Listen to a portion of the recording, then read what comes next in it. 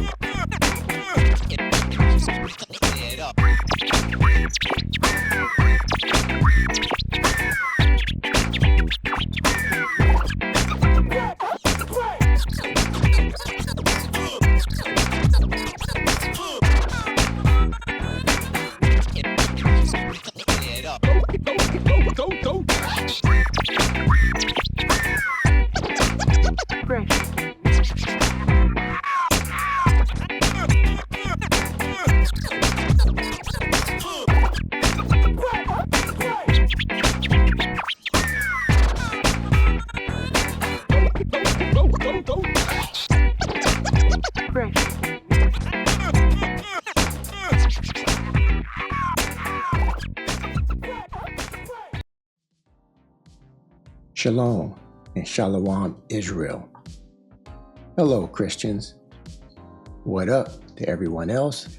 Welcome to today's open discussion of Something to Think About, presented by ThaBruthaz. Today's discussion is on the Negro Bible, a political and economic tool.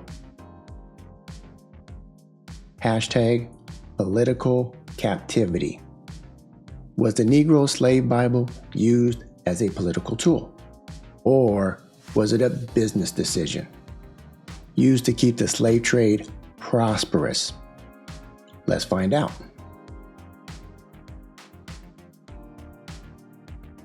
Administrative. We're going to quickly go over some administrative details. If you like, you can jump over to the recap section right now and continue from there. Setting expectations. I plan on reading virtually everything on my slides and in my notes. Since some folk can't watch, they can only listen. I will be following my script. It helps me to stay on point. Reminder, this discussion is more like a classroom type setting with no smoke. Pause if needed. Sources. These are some of the sources we will use in today's discussion. Pause if needed. Here are some additional sources. Pause if needed. Here are some additional sources. Pause if needed.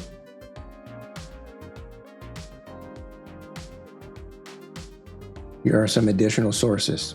Note, we do not claim that any source we use and/or reference is 100. Pause if needed.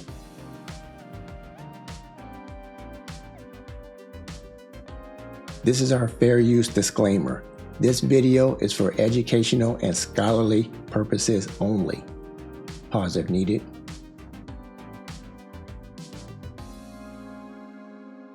This is our doctrine disclaimer. This video contains our personal opinions and interpretations and is not meant to dictate any doctrine. This video does not contain hate speech nor advocate violence of any kind. Pause if needed.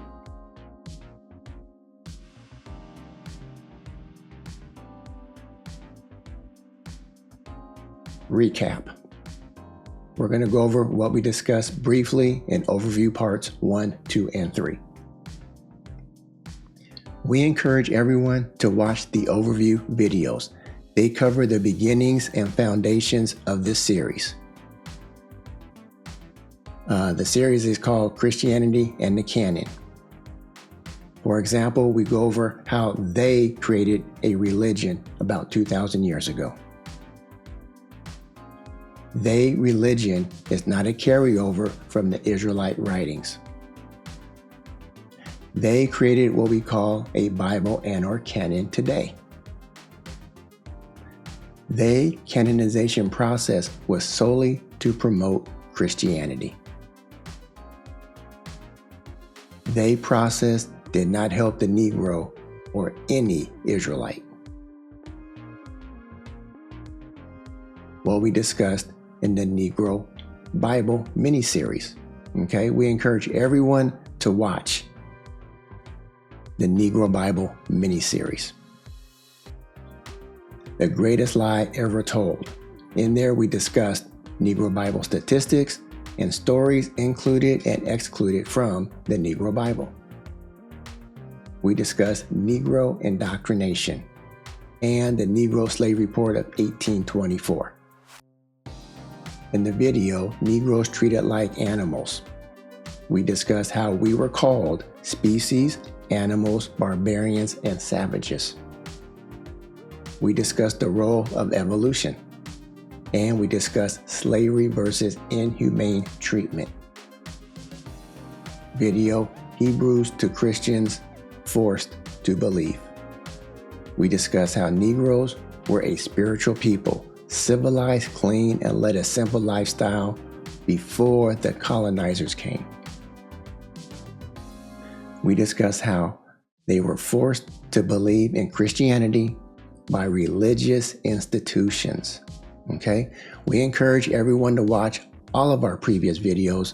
We do our best not to go over previous material, but instead reference previous material as much as possible. Before we get into today's content, it's time to give praises to the Most High. How we do it.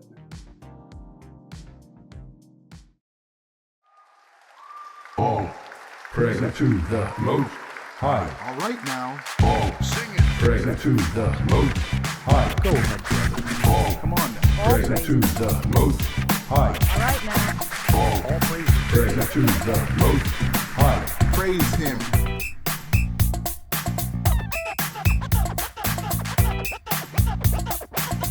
Come on now. Come on.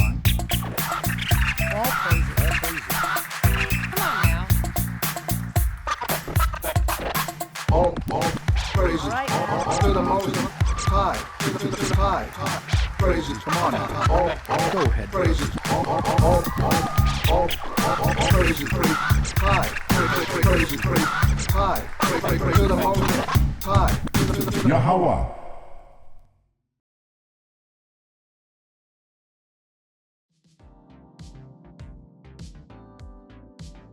Okay, I hope you like that. Like I say, if it wasn't for the Most High, I couldn't do what I do. You couldn't do what you do.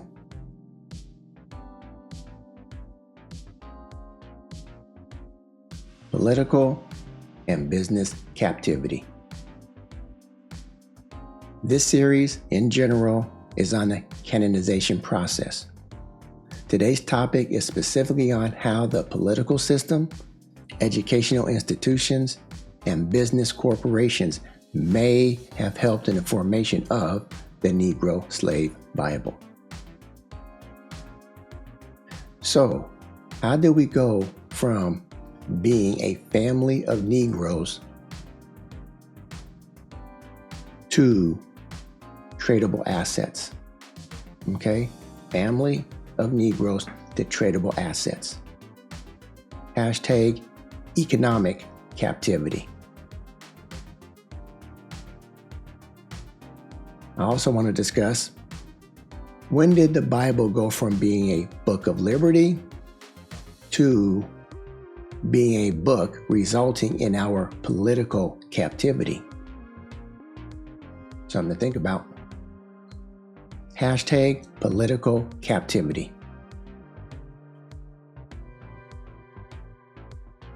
The agenda. We're going to go over business and economics, educational institutions, politicians, United States presidents, United States Congress. We're going to discuss the society, and we're going to discuss the cause of wars in Africa, and then give a summary and a conclusion.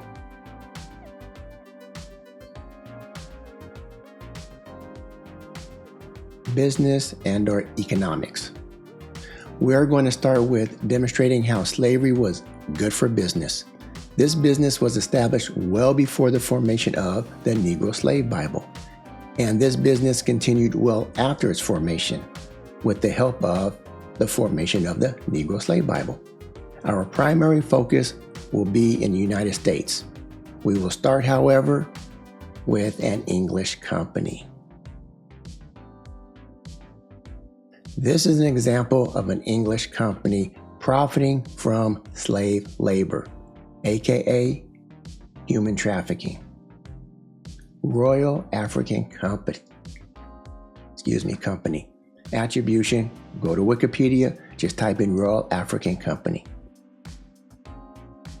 This company was an English trading company established in 1660 by the House of Stuart and City of London merchants to trade along the west coast of Africa. Original purpose was a trade for gold, but quickly began trading in slaves, who became its largest commodity, a tradable asset.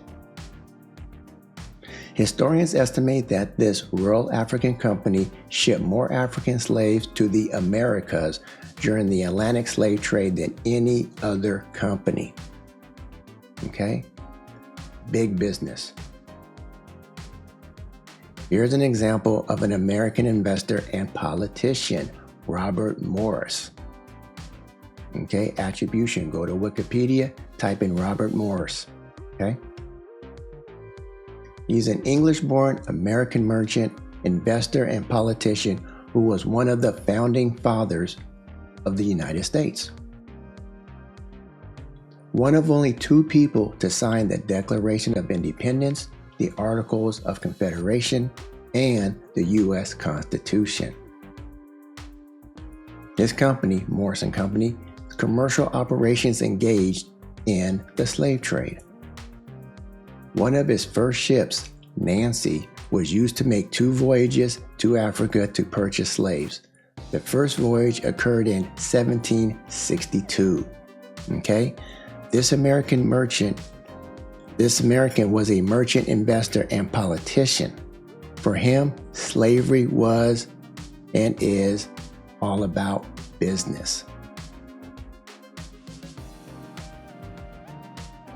Here are just a few lowlights regarding William Morris & Company.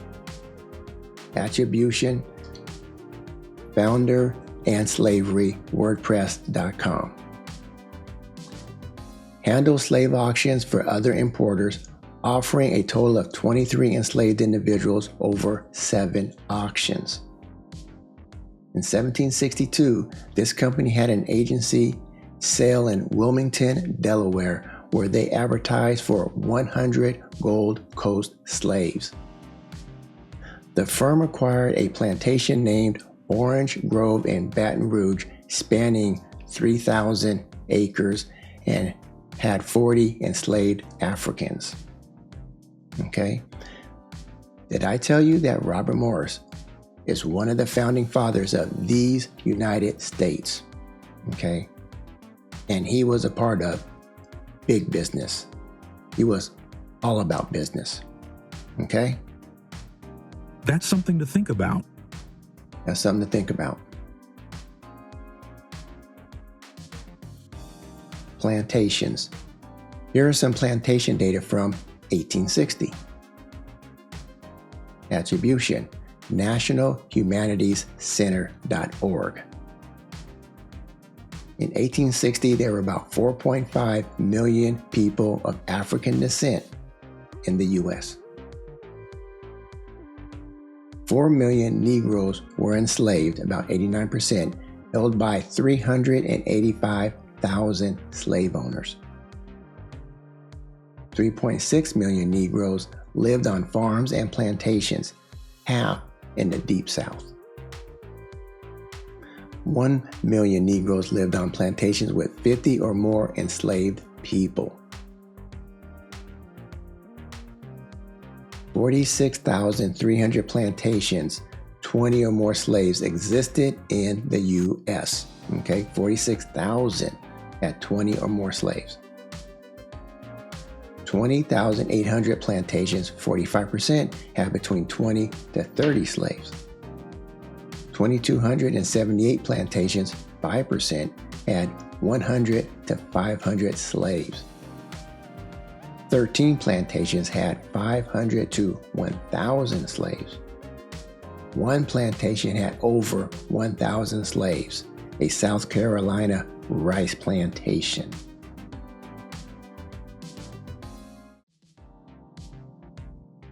Some business comments here. We could have listed many more businesses. These were just some examples. Could not find a decent plantation number before 1807, so that's why I picked 1860. Few other well-known companies include the following: Aetna and New York Life. They sold life insurance that reimbursed slave owners for financial losses. J.P. Morgan Chase. They accepted slaves as collateral. USA Today and other newspapers. They published ads for buying and selling of slaves. Railroad industry. Norfolk Southern, CSX, Canadian National Railway Company. They all benefited from slavery. Were these railroad companies trying to help the Negroes get to church? Probably not. Do you truly believe these businessmen and investors were concerned about the spiritual well-being of the Negro? Whether or not the Negro was going to heaven? I don't think so.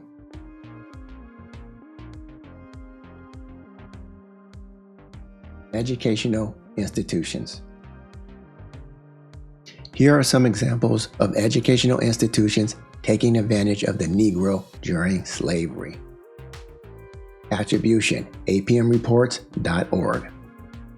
Harvard was the first institution of higher learning in America, founded in 1636. Slavery and the slave economy was embedded in the first 150 years of its history. Profits from slavery helped fund some of the most prestigious schools. Harvard, as we just mentioned, you got Columbia, Princeton, Brown, Yale, and I'm sure some others. Yale inherited a small slave plantation in Rhode Island that it used to fund its first graduate programs and its first scholarships. Georgetown could afford to offer free tuition to its earliest students by virtue of the unpaid labor of Jesuit-owned slaves on plantations in Maryland. The Jesuits, I had to look that up. They're a Catholic-related organization of some kind. Dozens of American colleges and universities are investigating their historic ties to the slave trade and debating how to atone. That's going to help. Some schools are naming buildings after Negro slaves or having memorials to slaves on their campuses. Were these colleges concerned about the Negroes' education?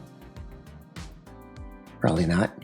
Do you truly believe these educational institutions, deans, and faculty members were concerned about the educational and spiritual well-being of the Negro? Whether or not the Negro was going to graduate to heaven? No. This was just one article. Search the internet, and I'm sure you'll find many more examples of educational exploitation of the Negro.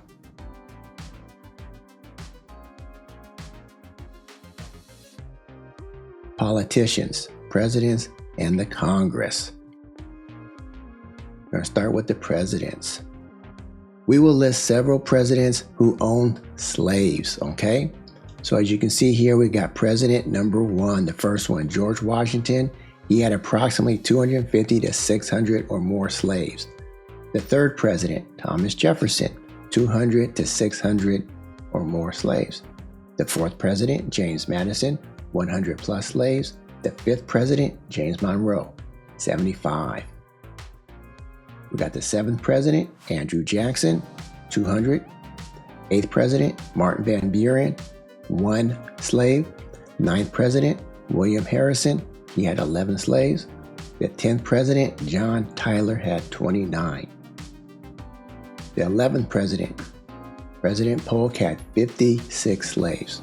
The 12th president, Zachary Taylor, 300 slaves. The 17th president, Andrew Johnson, he had 9. And the 18th president, Ulysses S. Grant, he had 1. Okay. Presidents who owned slaves. So you can see right here, the Negro Bible, it was published in 1807. Then we have George Washington. His term ended in 1797, and he was either no party affiliation or the Federalist, for those who are curious what party they were. Then we have Jefferson. His term ended in 1809, and he was considered what they called a Democratic Republican, which I believe is different than just Republican or just Democrat. Then you have Madison. His term ended in 1817, and he was a Democratic Republican. Then you have Mr. James Monroe, President James Monroe. His term ended in 1825, Democratic Republican. Andrew Jackson, his term ended in 1837, Democratic Republican. Okay. You got Martin Van Buren. His term ended in 1841, Democratic. Okay, then you got William Henry Harrison. He died in office. He served from March 4th to April 4th in 1841, and he was a part of the Whig Party, W-H-I-G, Whig. Then we got John Tyler. His term ended in 1845, Whig Party, and then later, no affiliation. We got President Polk. He ended in 1849. He was Democratic. Zachary Taylor. His term ended in 1850. He was the Whig Party. Andrew Johnson. His term ended in 1869. Democratic. Then we got President Grant. His term ended in 1877. He was a Republican. Okay? A few of these presidents claimed that all men are created equal. That's something to think about. That's something to think about. And then you can see that the slavery in the U.S. ended approximately 1865, right before Johnson became president. This is during Abraham Lincoln's time. At least 201 slaves were known to have been hired from their owner to help build the White House and Capitol building between 1792 and 1800. Attribution, Statista.com. You can see right over here, White House and Capitol building. So right when Washington was in office, they was using slaves to build the White House and the Capitol building.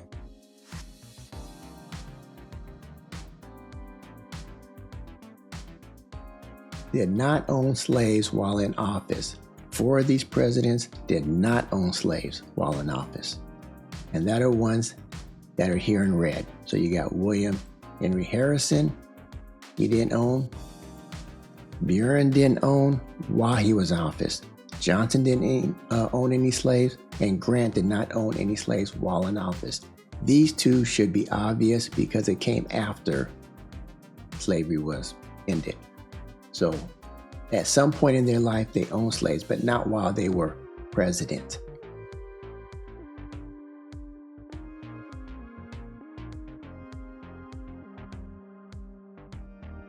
United States Congress.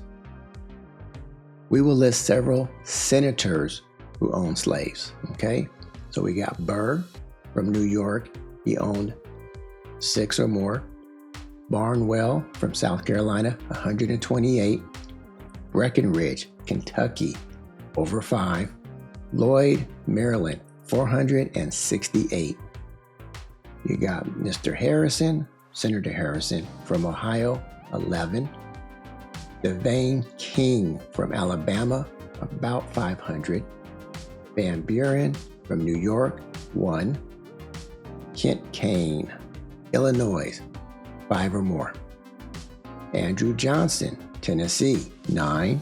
James Monroe, Virginia, 75. Andrew Jackson, Tennessee, 200. John Tyler, Virginia, 29.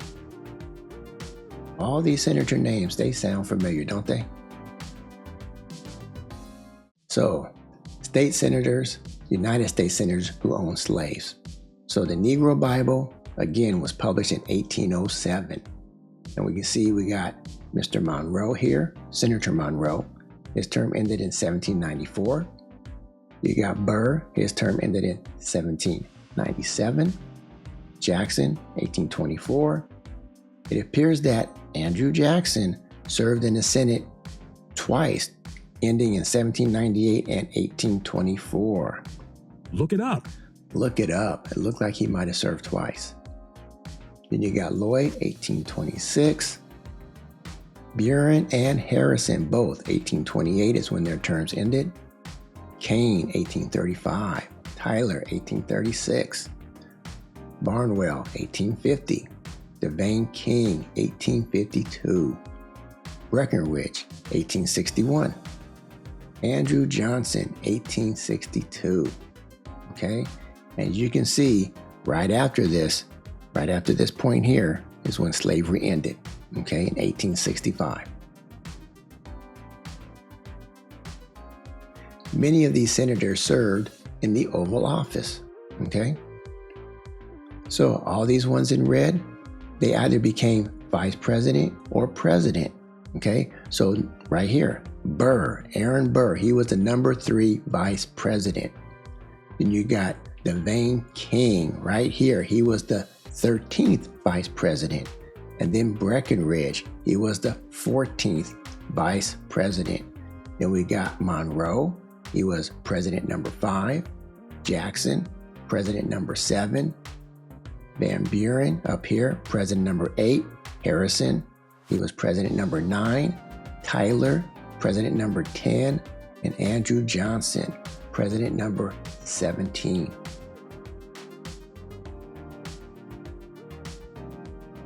Some additional data. Attribution, Wikipedia, list of members of the United States Congress who owned slaves. Okay, there were more House representatives that owned slaves than the Senate, obviously because the House has more members. One House member from South Carolina owned 700, okay, or more. One House member from both North Carolina and Texas each owned approximately 500. There are many other members of Congress I did not list, okay, just way too long.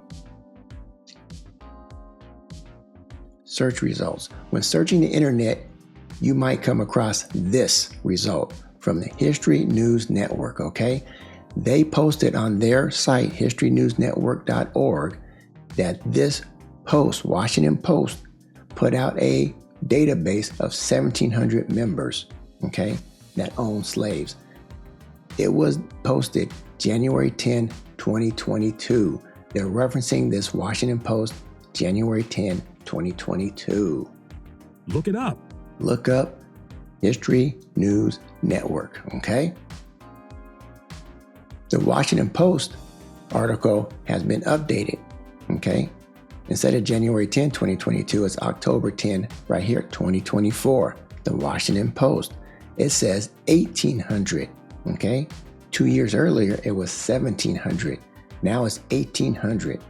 Okay? People in the Senate and the House. You can find its attribution here, WashingtonPost.com. Okay? Look it up. Look it up. The History News Network article has a link to the Washington Post article of the 1,700, which now is 1,800 congressmen who own slaves. Okay? So when you go to either the History News Network and click on the link to get over to Washington Post, or if you go search and find the Washington Post, you're going to click on it and then you're going to see this. It says more than 1,800 congressmen once enslaved black people. This is who they were and how they shaped the nation. Look it up. Look it up, okay? Or try to look it up, okay? When you click on the link, this view only stays on the screen for about 1 second. This view right here that you're looking at, it's on the screen for about a second. I had to click a screen capture really fast to get this image, okay?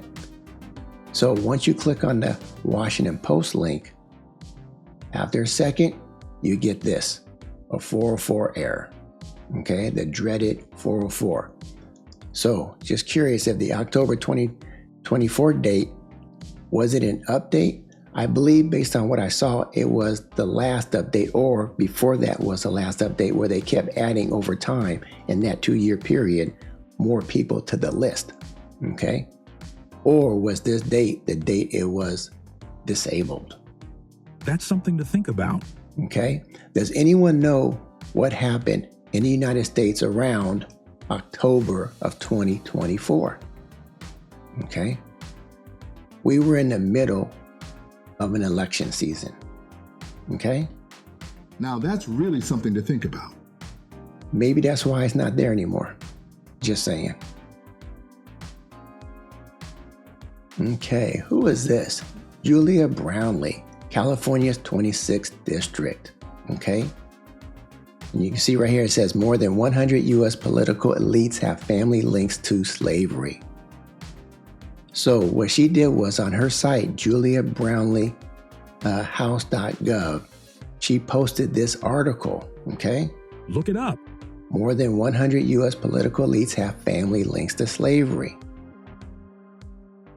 So in this article, she mentions this. Among 536 members of the last sitting Congress, Reuters determined that at least 100 descend from slaveholders, okay?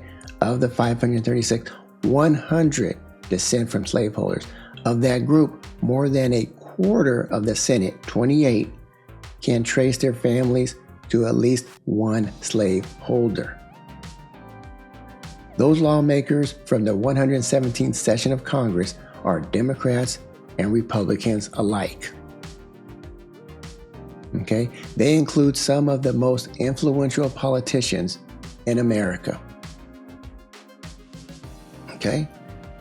If you want to see some of these names, I encourage you to Look it up. look it up. I'm not going to post current politicians in this presentation, okay?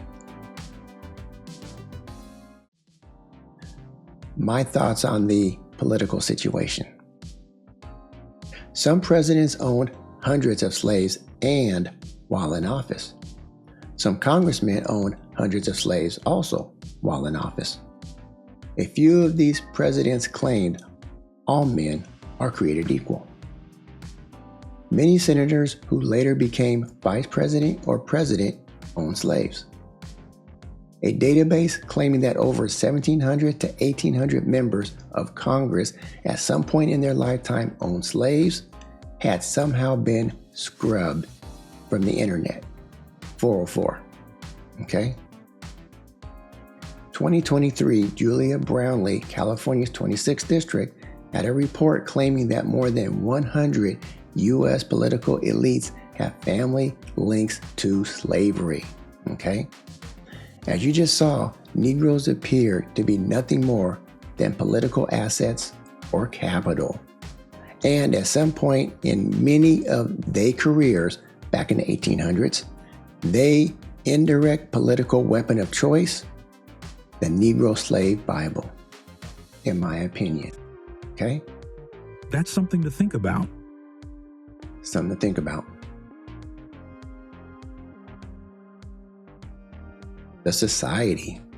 What is a tie between the political system, educational institution, business corporation, religious organization, and the Negro slave Bible?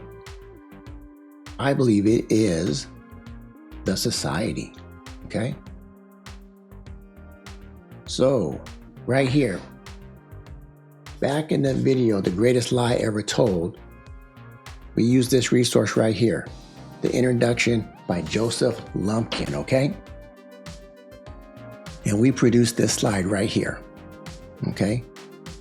It is now over 300 years after them bulls were enacted, and the institutional indoctrination of the Negro is still in full swing, okay? I believe this institution, the society, is the link between the political and educational systems, business corporations, and the Negro slave Bible. Okay, so remember this slide. It said, under the guidance of Anglican Bishop of London, Bell B. Porteous, founder of the Society for the Conversion of Negro Slaves. Okay, so this source says that this person was the founder of the society. And this is the report on the progress of the indoctrination of Negro slaves.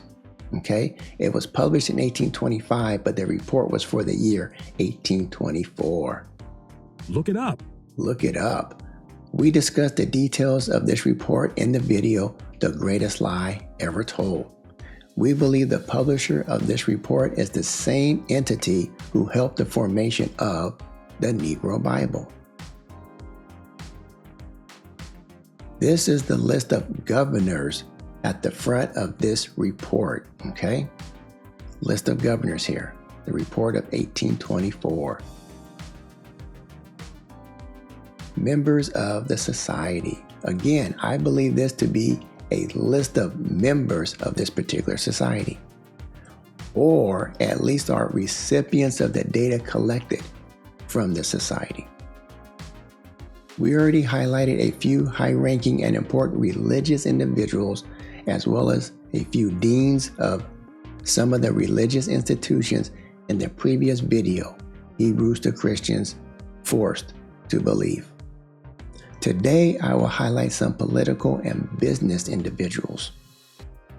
I will again show that the people involved with the society are not some low-level pastors and a few slave owners, but major influential individuals who wanted a Negro indoctrination report. Members of the society. Senior alderman of the City of London. Okay, Sir William Curtis, English merchant, a banker, and a politician. Sir Richard Carr Glenn, he's a British banker and politician. Lord Mayor of London, Vice President. So it's right here in this small print. Under Vice President, right there, Honorable Lord Mayor of London. Okay, it's possible his name was John Garrett. President of the Board of Trade, right here. Okay. So this person is Right Honorable William Huskinson. Okay. Let's find out what their titles mean. This is the boring part, definitions, but we need to find out what they say. Okay. So you got senior or superior for alderman. The title was applied to princess, dukes, earls, senators, and presiding magistrates. Also to archbishops and bishops, implying superior wisdom or authority. In present usage, an officer of a town corporate, next in rank below the mayor.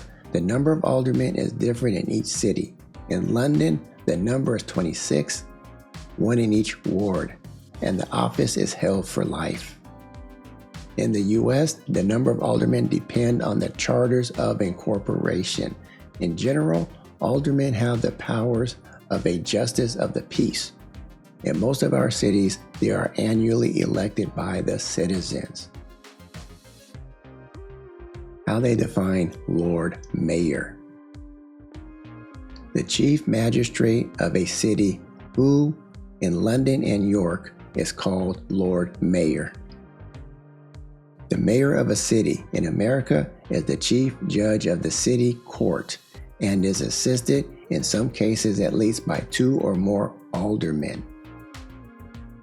To the Lord Mayor of London belong several courts where one administers justice. Mayor in 1824 may have been John Garrett. The Lord Mayor of London 1824, like I said, may have been John Garrett. According to Wikipedia, search for list of Lord Mayors in London, and you might see it. Well, you will see his name. How they define President of the Board of Trade. Attribution, go to Wikipedia, Board of Trade.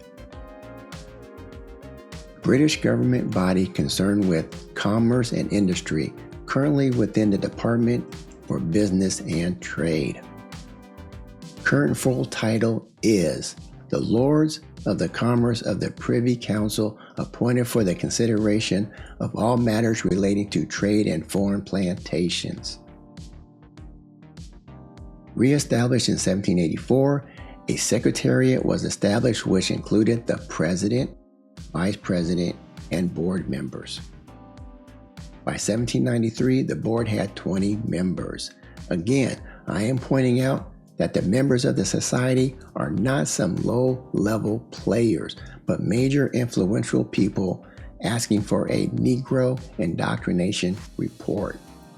Why would these high-ranking people be concerned about the spiritual well-being of the Negro? Okay? Or were they really interested in something else? Business. Okay? Right Honorable William Huskisson. Okay? He lived from 1770 to 1830. So in 1793, he oversaw the execution of the Aliens Act, which dealt with French refugees. 1795, appointed Undersecretary at War. 1814, First Commissioner of Woods and Forests. 1823 to 1827, appointed President of the Board of Trade and Treasurer of the Navy. 1823 to 1830, he was a Member of Parliament. I believe it was Liverpool. 1827 to 1828, Secretary of State for War and the Colonies. He held that position, okay? A couple of dates here did not line up when comparing Wikipedia to a couple of other sites with William Huskisson in them. Like we always say, we do not claim or say that any source we use and or reference is 100. So assume that these dates could be correct, but you never know. Another source may disagree. Some thoughts on the society. Aldermen were princes, dukes, earls, senators, and presiding magistrates. Lord Mayor of cities like London also administered justice. The president of the Board of Trade handles commerce, trade, and foreign plantations. President Huskisson, he had other political offices including Undersecretary at War, Treasurer of the Navy, and a Member of Parliament. Okay? Do you believe these members of the society were concerned about the spiritual well-being of the Negro when they got that 1824 report? Okay? These right reverends, Lord Bishops, Lord Mayors, Senior Aldermen, and Presidents of a board? Okay, I believe the answer is no. That's something to think about. That's something to think about. As you just saw, once again, Negroes appear to be nothing more than political assets and or capital. They do not appear to need the report of the Negroes of 1824 to better understand the spiritual improvement of the Negro. No, they need those numbers and statistics for business, in my opinion.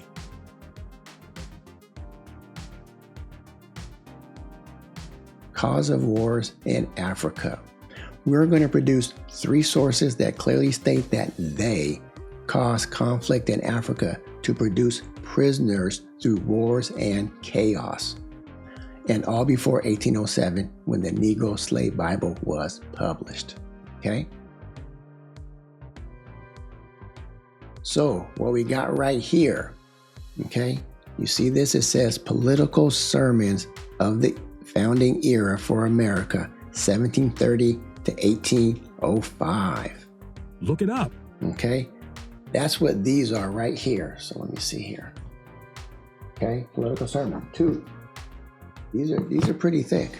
They got nice gold right here and stuff.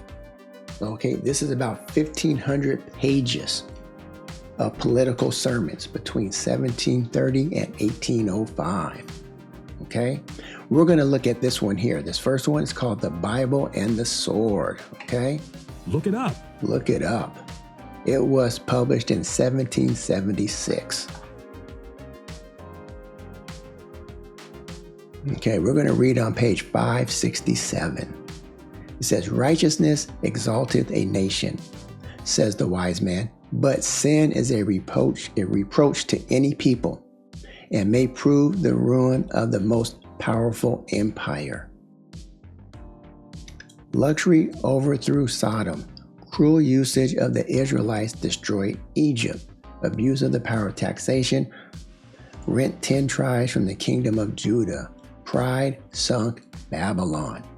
Recall in the video, Negroes are not animals, we mentioned the inhumane treatment of the Negroes, which is what the Most High does not like concerning his people. Okay? And have we taken so few strides toward that awful period as to render national repentance needless in this day of trouble? By fomenting contentions and wars among the natives of Africa in order to buy the prisoners whom they take from each other. Okay? Have not some of our countrymen turned Africa into a field of blood? Do not the sighs and myriads of innocent Negroes unjustly transported from their native country to the British dominions call night and day for vengeance upon us? Okay, this is they talking, not us. While their groans upbraid the hypocritical friends of liberty who buy and sell and whip their fellow men as if they were brutes, and absurdly complain that they are enslaved. Okay, as you saw, they caused conflict in Africa to produce prisoners through wars and chaos. These are not the words of the brothers. They said this. And again, we do not advocate violence of any kind. Okay, the speech of William Wilberforce. Okay, this was published in 1789. Look it up. Look it up. Okay, we're going to read on pages 8 to 10. The slave trade is the source of such kind of tragedies, nor has there been a single person almost before the Privy Council who does not add something by his testimony to the mass of evidence upon this point. But there is not one, I believe, who does not more or less admit it. Some, nay most, I believe, have admitted the slave trade to be the chief cause of wars in Africa. Okay? Mr. Penny has called it the concurrent cause. Some confess it to be sometimes the cause, but argue that it cannot be often so. In reasoning about causes and effects, I hold them to be totally incompetent. So far, therefore, from submitting to their conclusions, In this respect, I utterly disregard them. I trust gentlemen will judge for themselves whether Parliament is to rest satisfied that there are no abuses in Africa, in spite of all the positive proofs of so many witnesses on the spot to the contrary. Okay? Jumping to page 57. That the trade carried on by European nations on the coast of Africa for the purchase of slaves has necessarily a tendency to occasion frequent and cruel wars among the natives, to produce unjust convictions and punishments for pretended or aggravated crimes, to encourage acts of oppression, violence, and fraud, and to obstruct the natural course of civilization and improvements in those countries. Okay, this is another one. The African slave trade, okay? It's also in political sermons of the American founding era, okay? But this message, the African slave trade, it was published in 1790. Look it up. Look it up. Okay, we're on page 1046 and 1047 of this 1500-page book, or 2-volume book. By whom had this commerce been opened and so long and ardently pursued? Okay, who started the wars in Africa? Okay, who opened or started this commerce, the African slave trade, and continued it for so long? The answer, they. Okay, recall the following. ThaBruthaz of 1452 by Pope Nicholas V, and the Doctrine of Discovery, 1493 by Pope Alexander VI. Okay? We discussed these bulls in the previous video, Hebrews to Christians Forced to Believe. Okay? They have been subjugating the Negro for 300 years when this sermon in 1790 was discussed. Let's continue. The subjects of their most faithful, most Catholic, most Christian, most Protestant majesties, defenders of the faith, and by the citizens of the most Republican states, with the sanction of St. Peter's successor. Okay, so who are they? Who started this commerce? The African slave trade? Let's read it again. It says, the most faithful started this thing. Most Catholic started the slave trade. Most Christian kept it going. Most Protestant majesties, defenders of the faith, and by the citizens of the most Republican states. They are the ones who started this stuff. Okay, let's continue. Unprovoked, without any pretended injury, these have kindled and kept alive the flame of war through 3/4 of the continent of Africa. Understand again that the brothers are not saying this. They are telling on themselves. Okay? That is, all the interior as well as maritime parts of south of Senegal and Abyssinia. These have taught the Africans to steal, sell, and murder one another. Okay? This sounds like what's going on here in the United States. Negroes are murdering each other. I wonder why. That's something to think about. Yeah, something to think about. On any or no pretense that different tribes make prisoners of each other, or the chiefs seize their own people and drive them as herds of cattle to market.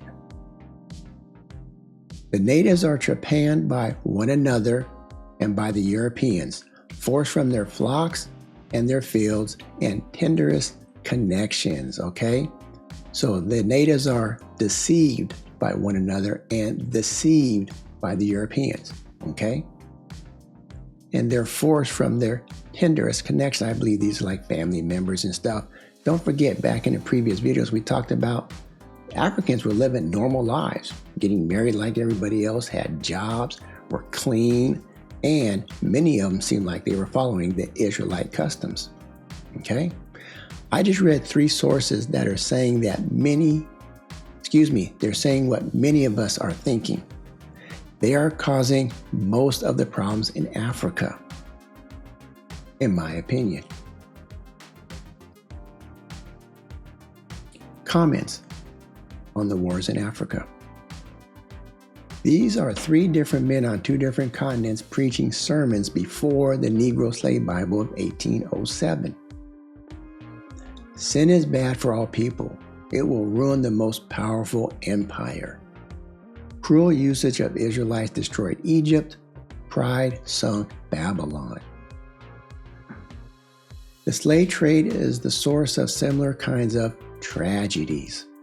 England and America have taken some steps toward that period by causing contentions and wars among the natives of Africa. Slave trade carried on by European nations on the coast of Africa has caused frequent and cruel wars among the natives. Most admit the slave trade to be the chief cause of wars in Africa. What is the purpose of causing wars in Africa?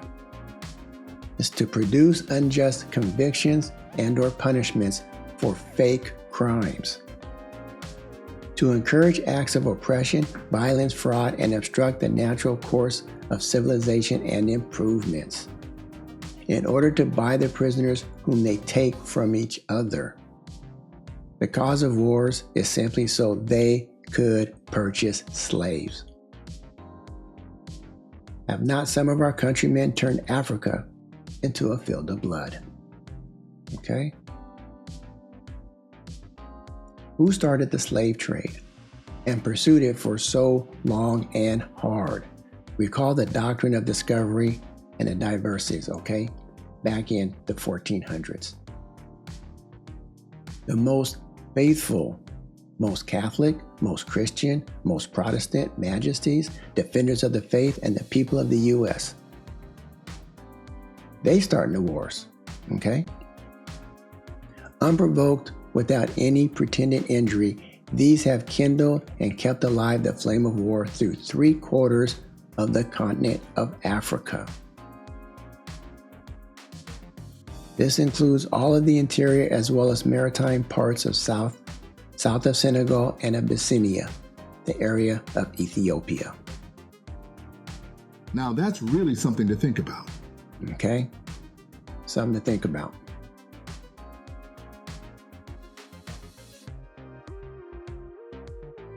Summary. My closing thoughts.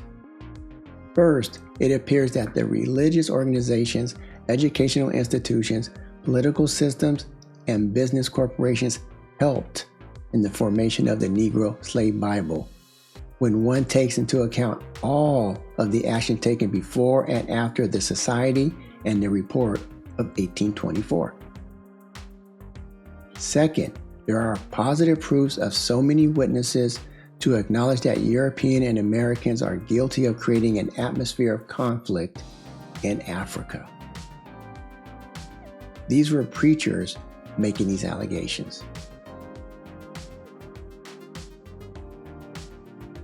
As a result, for no reason at all, the different tribes in Africa made prisoners of each other with fake crimes. These so-called civilized Christian men with all of these organizations taught the Africans to steal, sell, and murder one another. And the Native Americans were also deceived by one another and by the Europeans. What better way to teach our students about ethical conduct than to show ourselves to be open to the truth and to tell the full story? Because a half-truth is a full lie, in my opinion. I think that is what we got from the Society and all these organizations, a half-truth. We probably got less than half of the truth in all of our history classes.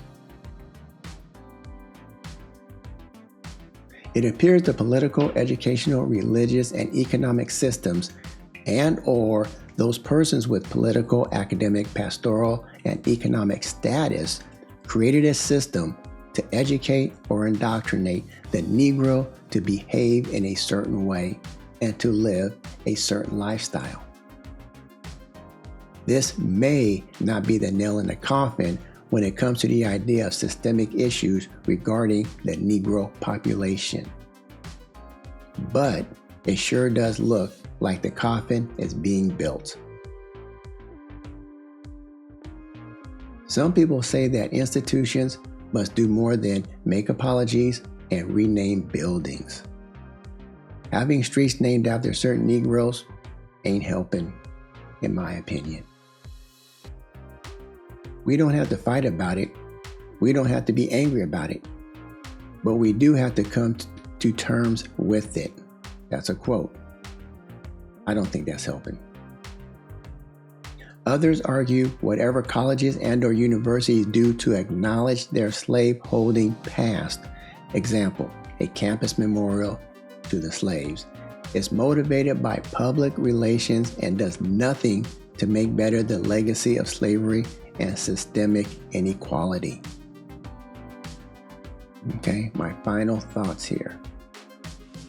How are they treating the people in Africa today? Okay? How are all the nations around the world treating the Negroes in their respective countries today? Why are they still in Africa today? There is still colonial presence in much of Africa today. Are they trying to save the African soul? Trying to make the African lifestyle better? Or are they there to get minerals and other resources? Now that's really something to think about. That's something to think about. Conclusion. This message is to all of the colonizers around the world. To all nations who are oppressing the Negro. To all people who are keeping the Negro in bondage. Okay? To all the politicians keeping the Negro in political bondage. To all of the businessmen keeping the Negro in economic bondage. To all of the professors keeping the Negro in academic bondage. To all pastors who are keeping the Negro in spiritual bondage. The Lord says,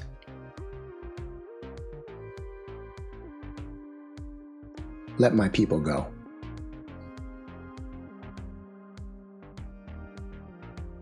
This concludes today's open discussion on the Negro Bible, a political and economic tool.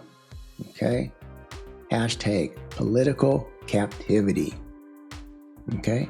Was the Negro slave Bible used as a political tool?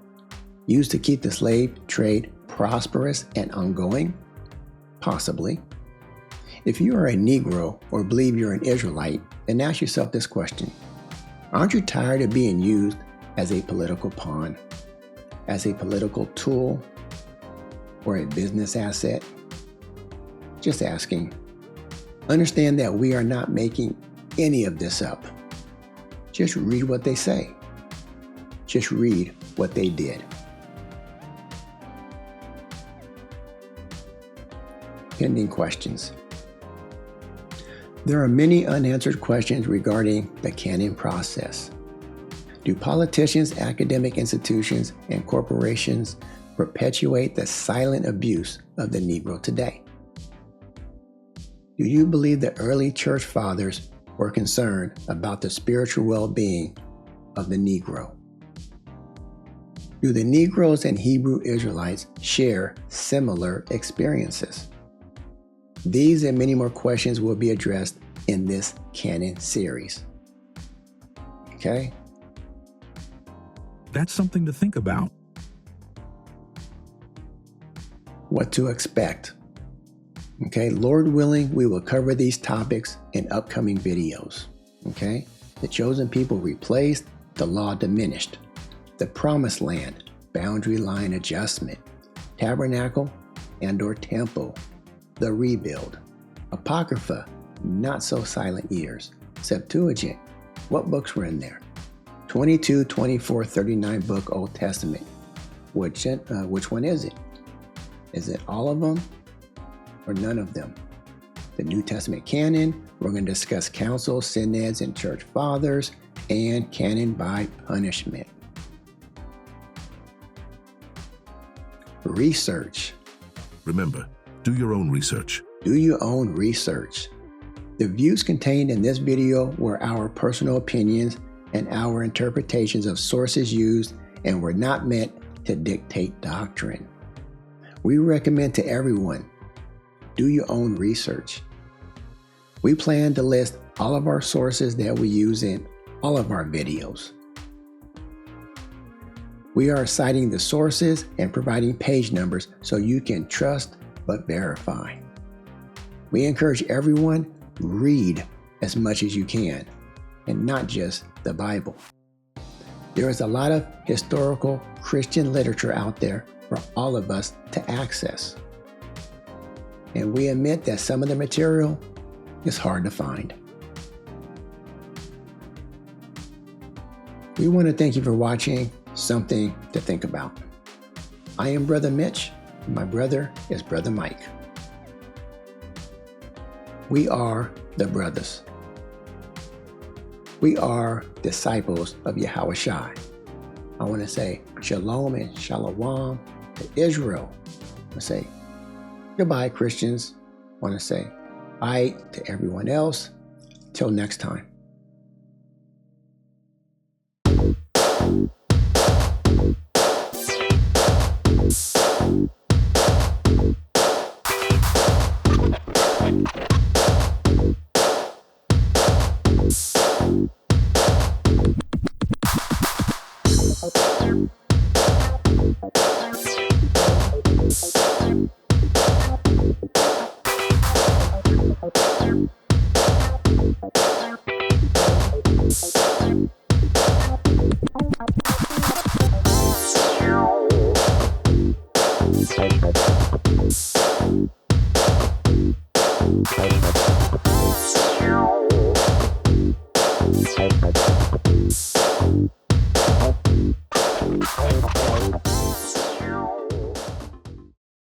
Follow the brothers.